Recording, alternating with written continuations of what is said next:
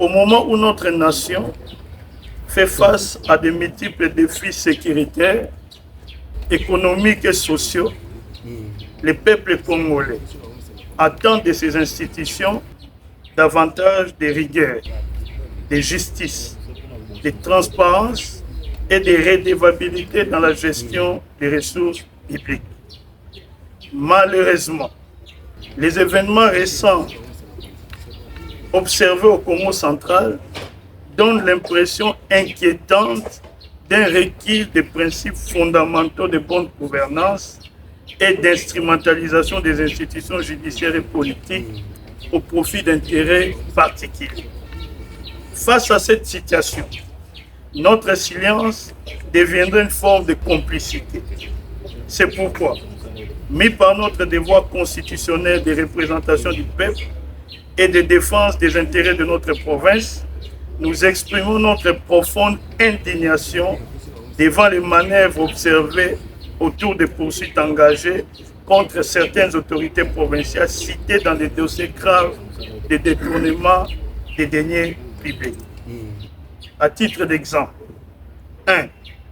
L'honorable Mantezo Lodiatezo Papi est poursuivi devant le parquet général près de la Cour de cassation pour détournement des deniers publics, un crime qui saigne profondément les finances de l'État et prive la population des moyens nécessaires à son développement.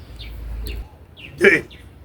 Il a été arrêté en pleine tentative de fuite alors qu'il cherchait clandestinement à traverser vers Brazzaville, relevant ainsi une volonté manifeste d'échapper à la justice de notre pays. 3. Malgré ces faits particulièrement accablants, la Cour constitutionnelle l'a réhabilité alors qu'un réquisitoire documenté met en cause le gouverneur des provinces. 4. Plus grave encore, son installation est intervenue dans des conditions irrégulières et controversées.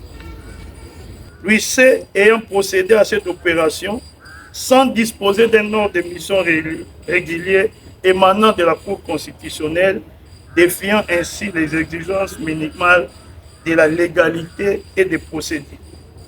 5.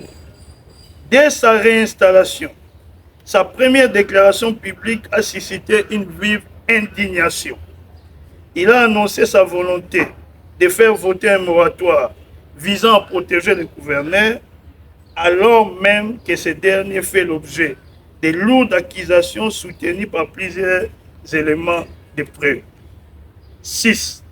Cette réhabilitation apparaît dès lors comme une manœuvre politique et judiciaire destinée à couvrir des faits graves de prédation financière et à soustraire certains responsables à l'action de la justice. 7. Alors que le procès verbal du 7 octobre 2025, faisant l'objet de sa requête en interprétation par la Cour constitutionnelle, n'a pas été annulé, mais l'a réhabilité dans ses fonctions du président, il se permet de remettre en question les autres membres du bureau comme s'il y a un vide juridique. Cette mauvaise interprétation prouve à suffisance qu'il veut placer le décor pour se protéger, ainsi que le gouverneur des poursuites judiciaires. 8.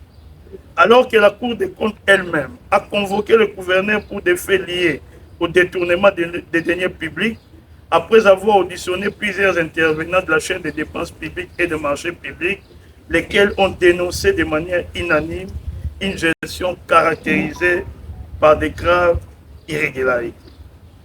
Nous demandons au Premier ministre ceci, au Vice-Premier ministre ceci. L'état des droits ne peut tolérer que des actes présumés de détournement soient banalisés, particulièrement dans un contexte national marqué par la guerre et les souffrances de nos populations.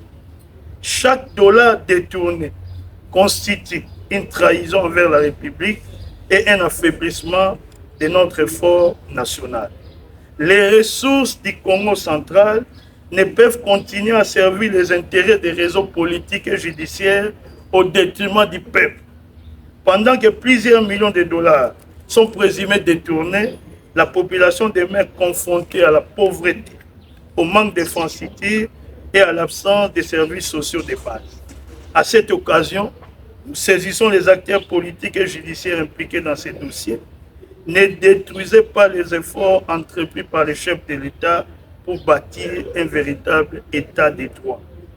Protéger un présumé criminel financier revient à trahir la nation et à mépriser les souffrances quotidiennes du peuple congolais. De ce qui précède, nous réaffirmons notre attachement indéfectible au chef de l'État et demandons que toute la lumière soit faite sur les accusations des deniers publics en exigeant que la justice puisse agir en toute indépendance, sans pression politique ni interférence.